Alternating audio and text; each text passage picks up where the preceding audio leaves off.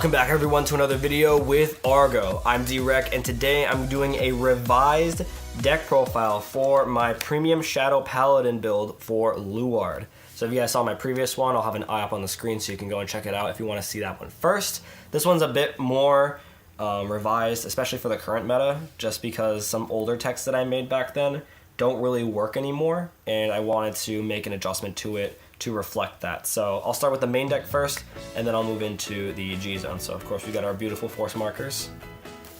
Now moving on to the main deck first, our starter is Full Bow. We are playing the V Blaster Javelin, so we want to play that for the guaranteed surge for Blaster Dark, so we have that optimal ride for grade 2. Next up for our grade 3 lineup now, 4 copies of Drag Heart Luard. I know a lot of people are going to be like, why aren't you playing Dragfall? Dragfall's so much better, you get Ultimate Stride. Most of the time in this deck you don't really need to unless you burn through all 4 of your Drag Abysses, which hasn't happened to me yet, but the situation can happen. So you play 4 copies of this and you just you play the way the deck is meant to be intended, and you should be able to Ultimate Stride no problem. His first skill, Ritual 3, return 2 of your normal units from your drop zone to your deck. You can stride for free for the turn. Really cool, and it guarantees that you always have a set of cards for a Dagda turn if you need to get a full column off of his skill. For grade 2s now, playing 4 copies of Slaptail Dragon. So this card's one of the cards that counts to grade 1, so of course we're playing 4 of it. People were playing Morfessa. I don't know why anyone was playing Morfessa back. Like, it wasn't good at the end of G. I tried it. It didn't work. I had SPs one that was like determined to make Morfessa work, and Morfessa just didn't work. Yeah, sure, it counted as a grade 1, but like, so does this, and it's better. At Ritual 3, while it's on Rearguard Circle, if another grade 1 unit is placed, so long as you have a Vanguard with the Ritual ability, this unit and the unit called will get plus 3k, and it's kind of like Bloom, where if you call over it, the unit called on top of this will still get plus 3. And then a second skill in the deck and drop zone, he counts as a grade 1 so long as you have a grade 4 Luard Vanguard. So really solid. And then next up, 4 copies of Dagda. This card is unsearchable currently until set 4 drops and we get the new Dark Metal Dragon. And even then, I don't see why anyone would play it as more than a 1 of, if that, because it's another grade 3 slot. You have to take something out for it, and just playing 4 of this alone is enough, especially when you're drawing a ton of cards. So his skill, GB1 Ritual 3, when it attacks, counterboss 1, retire 1 of your rear guards to search for 2 grade 1s, call 2 rearguard circles, and then shuffle your deck. So you swing with your other column, swing with this, kill something in the other column, call 2 new units, make a whole new column. That's 1, 2, and then you Vanguard swing, 3, and then 4. So you get 4 attacks. If you hit stands, that's 5, 6 attacks total. So really solid, and you play 4 of it for the recycle ability and the search ability. Lastly, for grade 2s, 2 copies of Blaster Dark. 2 copies of this for the ride. You play Blaster Javelin and Full Bow for the reason of searching him out, so again, no more than 2 copies. I took out the copy of Skull Witch in the main because that was just eating space, and I started rarely using it, especially since drawing cards and needing to filter was kind of not necessary anymore, especially for a counterblast. And then for grade 1s now, we're gonna go through this like pretty detailed. We've got 4 copies of Drag Saver Ezra's. Arguably the best PG for Shadows, arguably one of the better PGs in the entire game, because you can never run out of this perfect guard. As long as you have 2 in the drop zone, her second skill will allow you to recycle 1 to your deck and 1 to your hand. And it's a ritual target, so it lets certain abilities proc when necessary, but I never really call it to the rearguard circle. So before that, next up we've got 4 copies of Blaster Javelin. So like I said, we're playing Full Bow for the reason of playing him. He's good for the draw, the extra power is nice, and you can countercharge off him very easily with other cards like Abyssal Owl and one other tech that I'm playing now. And it's, again, really for this, so you can search out Blaster Dark. Next up, we played 4 copies of Flamnock. Big piece of the Dagda play because she's your biggest grade 1 in terms of power by itself. It's a 14k attacker if you're at GB2 Ritual 5, and it has resist. So against like Narukami, you can't retire it, you just choose it, boom, doesn't die. And then her first skill rather, if you have another ritual ability rearguard on the field, rest it, discard, and draw a card. So a really good way to set up for ritual if you have too many of these cards in hand in the opening hand, or the first few turns. Next up, we play 3 copies of Abyssal Owl.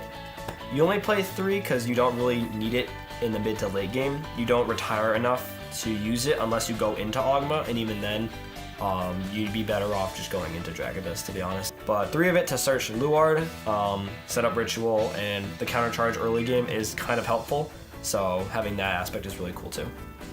Next up, we play 2 copies of Black Sage Karen. Another card that countercharges, it does cost a Soul Blast, which for most Luard players that have been playing since the deck came out, Soul is a really hard thing to manage in this deck, which is why most of the time you're not playing anything that's Soul Blast. This, and I would say Ogma are the only 2 cards that you would use a lot. Drag Abyss, maybe once in a game. I never use it more than once because I want to have 3 back-to-back turns of extremely beefy columns. So, there's only really 3 cards that Soul Blast in this deck. So, I guess 4. So, but you don't really go into one of them. So 2 copies of Karen, and then lastly, 2 copies of Branwen. Because we are playing Dragheart, we want a guaranteed first stride, and instead of pitching another copy of itself, play a grade 1 that can count towards Ritual, and helps you fill up just your drop zone with grade 1s. Again, some people will say just play Dragfall and not deal with it. I've had plenty of games playing Dragfall where I don't have 4 grade 1s in drop by the time I'm ready to stride. If I go first and you want to stride first, I don't have it. And I don't want to pay the Counterblast to do that because that eats Counterblast. Like, I want those for Decta. That there's a reason to have Counterblast. Maybe once Link Joker gets support in set 4, I'll switch to Dragfall so I have the guaranteed stride instead of having to whiff on it, because he's only good at the beginning of the ride phase. If he's locked at the beginning of the ride phase and it whiffs, but Dragfall guarantees it like the entire time during your ride phase, so it's just continuous whenever you would stride X cost to make it free. But that's like a couple months later now. So for now, this is the build. Moving on to grade 0s, we run 2 copies of the V heal trigger and then 2 copies of the effect heal trigger. Good early game, big shield, not really needing too much explanation there. And then 2 copies of the effect one, so you can counter charge or soul charge. They don't really soul charge unless it's like absolutely necessary, but the counter charge is very helpful, especially when you burn through Karens. If you just damage check them and you can't access them, having this as a backup to counter charge is really nice. And then you've got Abyssal Owl too to help out. So really solid, good for resource management. And then after that, 4 copies of Cursed Eye Raven. It's a recyclable stand trigger. It lets you thin the deck a little bit, gets you targets that you need for certain combos, and lets you prolong your Dagda play. So you hit a stand on your grade 3 swing, stand Dagda back up, use it again because it's not once per turn, and just go off. Have a good time. Next up, 4 copies of Belial Owl. No explanation needed here. Like if you just, yeah, there's no explanation. It's free draw cards, goes back to the deck, it's a crit. So yeah, really solid. That's why it's like 10, 11, 12 bucks. And then lastly, V-Crits, because V-Crits. I was contemplating taking 1 out for Arcer. I might do that once VBTO4 comes out, so that I have the option to retire something for 2 if I need to go into some cards in my G-Zone. But for the most part, you really just want 4, 4, 4, and 4. So you have 8 crit, 4 draw, 4, or 8 crit, 4 stand, 4 heal. So really solid, really cool. That's pretty much it for the main deck. Moving into the G-Zone now. For our first strides, we've got Orgeyser Doomed and Orgeyser Dragon. So you only play him for him. And he is a act ability that happens in the main phase, which makes him infinitely better than this. So for a Counterblast and Unflip and retiring 3 of your rear guards, you reveal 2 cards off the top of your deck. For each grade 1 or lower unit revealed, retire 1 of your opponent's rear guards. So go into this, use Dragheart to get 2 Belial Owls, call anything else from your hand. If you have a 3rd one, amazing. Sack 3, get 2 off his skill, get 2 to 3 off of the Belial Owls. It's +5 right there, and then drive checks is +8. So really solid, and yeah, just really good. Next up, we play 4 copies of Drag Abyss Luard. Best stride in the deck. Play 4 of this because it's just amazing. First skill lets you get 2 rear guards for the price of 1, a Soul Blast, and an Unflip. And if they both have the Ritual ability, you can pop one of your opponent's units, so another retire option in the deck. And then his second ability, which is Continuous, very big and very important. At Ritual Cross, all of your units in the front row get +10k for every 4 grade 1s in drop. because we're playing essentially 23 grade 1s, there is no difficulty hitting 12 in the drop and getting plus 30k to the front row. I've had plenty of games where I go up to 16 and I get plus 40k to the front row, which is really, really solid. Moving on, we've got 2 copies of Phantom Blaster Diablo, primarily for the Geese matchup because Geese is a humongous problem, and this card's a really big catch you with your pants down type card. So during the main phase, you Counter Blast 1, unflip a copy. If you have 2 or more face-up cards in the G zone, you can do this. It gets plus 10k in a crit, and then when it attacks, you can sack 3 of your rear guards. And if you do, your opponent's required to sack 2 of theirs. They can choose not to, but if they don't, they're not allowed to guard with cards from their hand for the rest of his attack. So if you're going up against Geese, they can't sack anything, they can't guard with cards in their hand, they have no G zone, and you win, essentially. They're at 4, you win. There's no getting out of that unless they heal. And more times than none, they will lose because it's that late in the game. They've already burned through G guards. So yeah, really solid. Next up, 1 copy, whoa, too early for you. 1 copy of, I guess I already spoiled it, but 1 copy of Spectral Blaster Diablo. You don't really go into this ever, so you could probably play Drag Strider over this. I like the multi-attack aspect of it, just because you can still perfect guard Drag Strider because of draw perfects.